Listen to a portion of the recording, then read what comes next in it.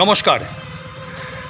তিলোত্তমা খুনের প্রতিবাদ চলছে, যেমন প্রতিবাদ চলছে এইরকম একটা নারকীয় ঘটনা আর.জি. কর কাণ্ড যেটা চলছে, গোটা বিশ্ব আজকে জেনে গেছে যে নারকীয় ঘটনা সেখানে ঘটেছিল। এবং সেই সঙ্গে যেটা বেরিয়ে আসছে যে মেডিকেল দুর্নীতি, অর্থাৎ চিকিৎসা ব্যবস্থায় যে দুর্নীতির যেটা বেরিয়ে আসছে এখন আস্তে আস্তে, যে দুর্নীতির অভিযোগে ওখানকার প্রাক্তন সুপারকে যে গ্রেপ্তার করা হয়েছে দুর্নীতির অভিযোগে, মূলত সেই দুর্নীতি একদিকে এবং আর একদিকে হচ্ছে যে এই তিলোত্তমার ওপরে যে নারকীয় যে অত্যাচার এবং অবশেষে যে তাকে যে খুন করা হলো, এই যে দুটো ঘটনা এবং আরও কত কিছু হয়তো এর নেপথ্যে রয়েছে, সেগুলো হয়তো আস্তে আস্তে হয়তো বেরোবে, কিংবা হয়তো কী হবে সেটা আমরা জানি না। কিন্তু আমরা আশাবাদী যে সব ঘটনাই বেরোবে, যেখানে যা ঘুঘুর বাসা রয়েছে সেগুলো সবই বেরিয়ে আসবে এবং সেগুলো সবটাই সমূলে নির্মূল হবে, এটাই প্রত্যাশা করব।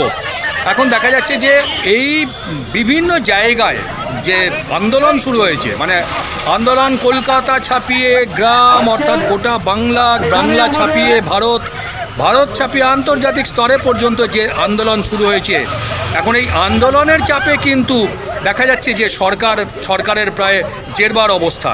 মানে প্রতিদিন মিছিল বেরোচ্ছে বা নানান ধরনের সে প্রতিবাদ কর্মসূচি, মানববন্ধন, পথ অবরোধ, নানান ধরনের এবং এই আন্দোলনকে মানুষের নানান অসুবিধা সত্ত্বেও মানুষ কিন্তু স্বতঃস্ফূর্তভাবে এই আন্দোলনকে সমর্থন করছে। কারণ এই যে বিভৎসতা, একদিকে তো ধর্ষণ এবং খুন সেই ঘটনা তো রয়েছে, এবং তারপরে যে মানে চিকিৎসা ব্যবস্থাকে কেন্দ্র করে যে দুর্নীতি, এই দুর্নীতিকে তো কোনোভাবেই তো মানা যায় না। মানে খাদ্য, স্বাস্থ্য, শিক্ষা, এইসব ক্ষেত্রে দুর্নীতিকে কখনোই কোনো রকমভাবে প্রশ্রয় দেওয়া যায় না।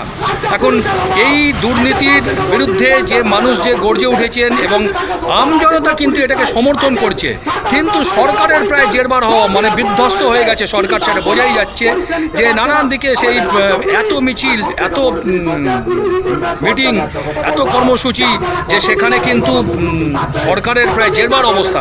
এখন দেখা যাক যে এই প্রতিবাদ, এই যে কলরব, এতে কতটা ফল হয় সেটা দেখা যাক। সিবিআই সবে একজনকে গ্রেপ্তার করেছে, এরপরে আরও কত নাম আসবে আমরা জানি না। দেখা যাক যে কী হয়। যা ঘটবে আগামীতে সেটাই আমরা আপনাদের সামনে তুলে ধরবো। প্রোগ্রেসিভ নিউজ থেকে ক্যামেরায় পূজা তালুকদারের সঙ্গে আমি শুভেন্দু পালিত। সাথে থাকুন, পাশে থাকুন। ধন্যবাদ।